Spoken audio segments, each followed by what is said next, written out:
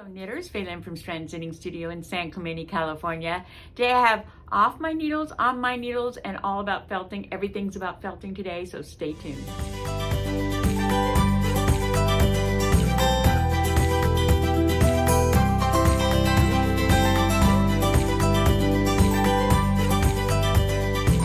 Okay, so off my needles, fully off my needles, is the Booga bag, which we had the class last week. But you can do this, like this is simple. But there it is, all done up with the handles and everything. So much fun.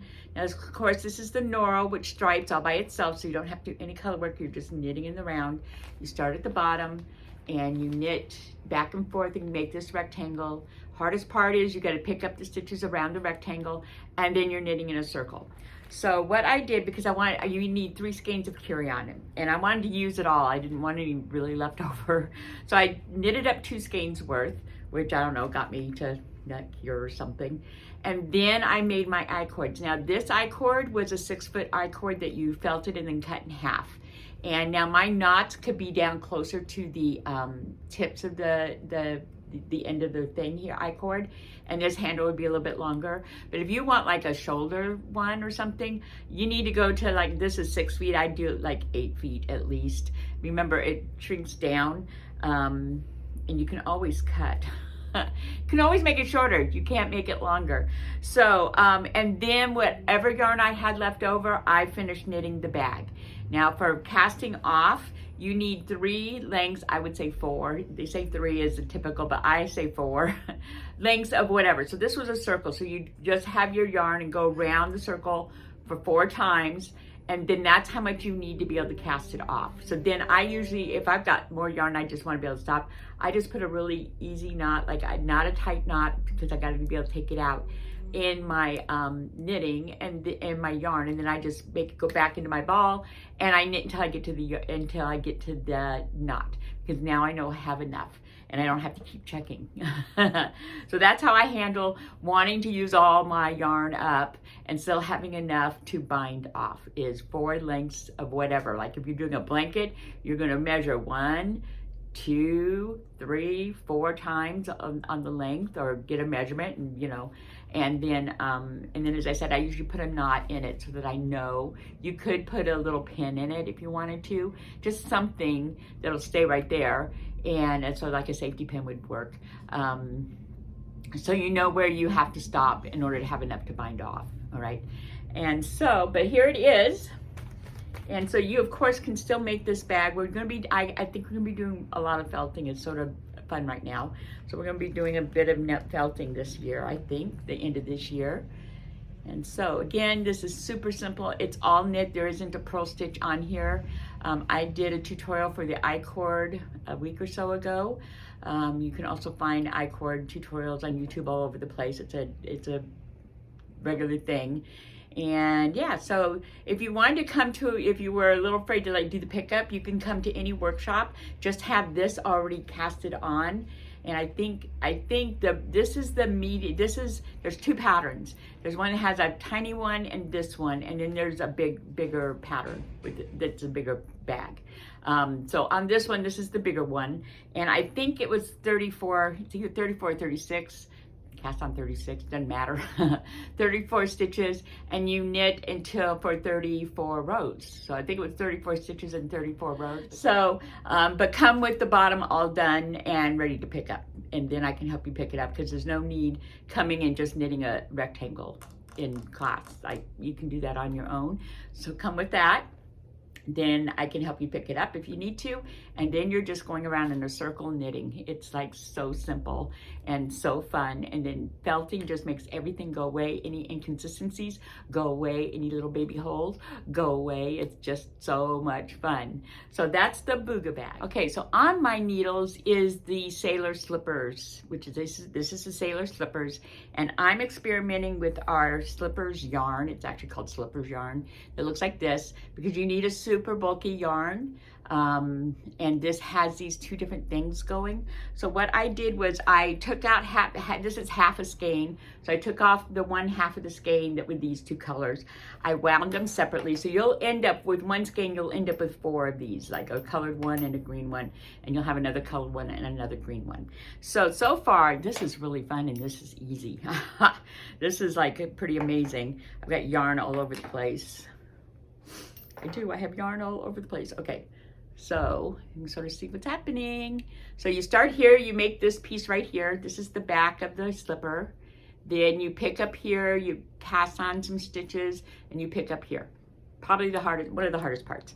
Then you start knitting 4 row repeats, and then we have some shaping starting here to make it go in for the toe. And yeah, so we're gonna see how this works out. You have the option, the sole is done separately from this part. So if you wanted to make the sole just a solid gray or dark gray or black or something, or a color that matches, but not this. I don't know quite how. This is a size 7, so it's sort of in the middle of all the options for sizes. So this is going to be a size 7. And so we'll see how the yarn works.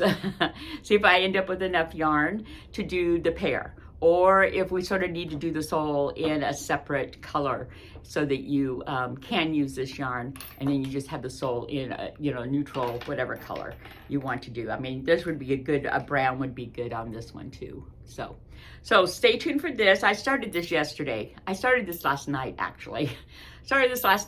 It's pretty fast. You're on a size 11 needle. This is going to be fun. So the slipper class is going to be September 6th, which is a Sunday, from 10 to 12. So that's like 2 weeks from now. And so next week I'll have this felted up. I'm going to do another sample out of Noro and out of the Noro and maybe the Cascade, but out of Noro, and see how, because it works so well. The Noro just works so well. And you can just do a Noro one like this, and it stripes already. You don't have to do any striping. You just knit your pattern. And so that's an option that makes things really easy. You do have to double this though. And a way to double this, when you can double it just as is, and the striping just gets more mottled. You still see striping, but it's not as clean a lines, but it's a really nice look. Or you can add a solid color to this and it just diffuses the striping some. You still have the striping, but it just diffuses it something. So you can just carry a second yarn, because this is worsted. And the Cascade 220, which we have in solid colors, if you want to do it with striping like the pattern shows, those are all worsted yarns. So you're going to have to double the yarn. So if you're going to double the yarn for the slipper and using Noro, you either double your Noro or you get a solid and your Noro and do them together. And that looks really good. We've done that lots of times with this other pair of clogs I used to knit all the time. So there's lots of options with this, or you can do the striping exactly like the picture says. But you're still gonna be doubling yarn, because our 220 is a worsted weight. So you're gonna be doubling the yarn, and you're gonna be on a size 11. It's all perfect. Doubling yarn is, it's just one yarn. It's just, you're holding both ends at the same time and you're just knitting, but it's just one yarn. So it's not a big deal at all. And again, if you have any little mishaps, you're felting and it'll all go away. So those are the options that are going to be coming up for this class. Next week, I will have like all the options sort of out there. And so you can sort of choose and decide what you want to do. So the options are using the slipper yarn, using Curion and Cascade, or double your Curion, or just using Cascade and a couple of 3 colors and striping it the way the pattern says. So those, and then there's other options. If you come up with other options, that's good too. But those are the 3 basic options I'm going to be talking about. So again, that class will be Sunday, September 6th from 10 to 12.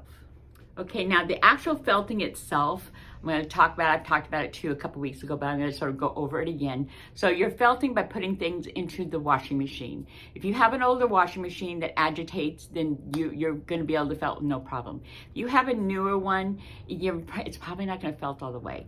So for the first little bit, for the first class, I will probably be helping you get them felted in this little machine right here, okay? This is like 40 bucks. It felt like a dream. It felt better than my machine. It uses way less water. And I think it's faster because it's less water, there's more agitation. It actually spins this way and then stops, spins this way. So it's actually doing really pretty good agitating because it felts really fast. So if you were to get into felting, like you felted your first whatever and you're like, okay, I want to do 4, I'm going to suggest that you get that machine and just be able to do it at home. I do not want to be felting everybody's everything. So I will definitely felt whatever your first thing is if your machine won't do it. But if you're going to do more felting after that, you need to get this little machine. And again, it's 40 bucks. It's nothing. And man, you can go wild because we also have the little coasters that we have. I'll put that picture up here that felt, and those felt really fast in that thing. It's just really magical and it's so much fun. So that's how sort of the felting goes. So, and you just keep looking at it, and as you pick it out, the more the stitches, because when you start it looks like this. So you got to felt it for a while before these really start to go away and you don't really see them, because as you can see here, you can't see the stitches. You can see the lines, you can see where stitches happened, but they're not pronounced and they're all felted, they're all matted together. It's basically matting it all together.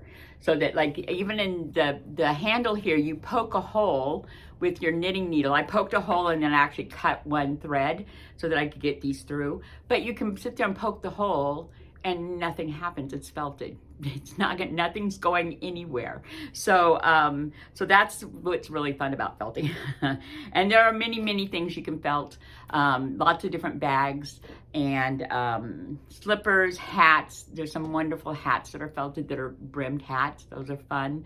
But there's lots of different things you can felt. Just go down the felting road, the felting rabbit hole on Ravelry. Just put felting, and then just see what they've got. It's a million different things. Okay, and that's it for this week. And I hope you come in. I hope you try out felting because it really is fun to do. And it's very forgiving and it's very beginner friendly because you can do very beginner friendly patterns and felt and you have a wonderful project. So I hope you dip your toe into felting over the next few months. And I hope to see you in the studio real soon.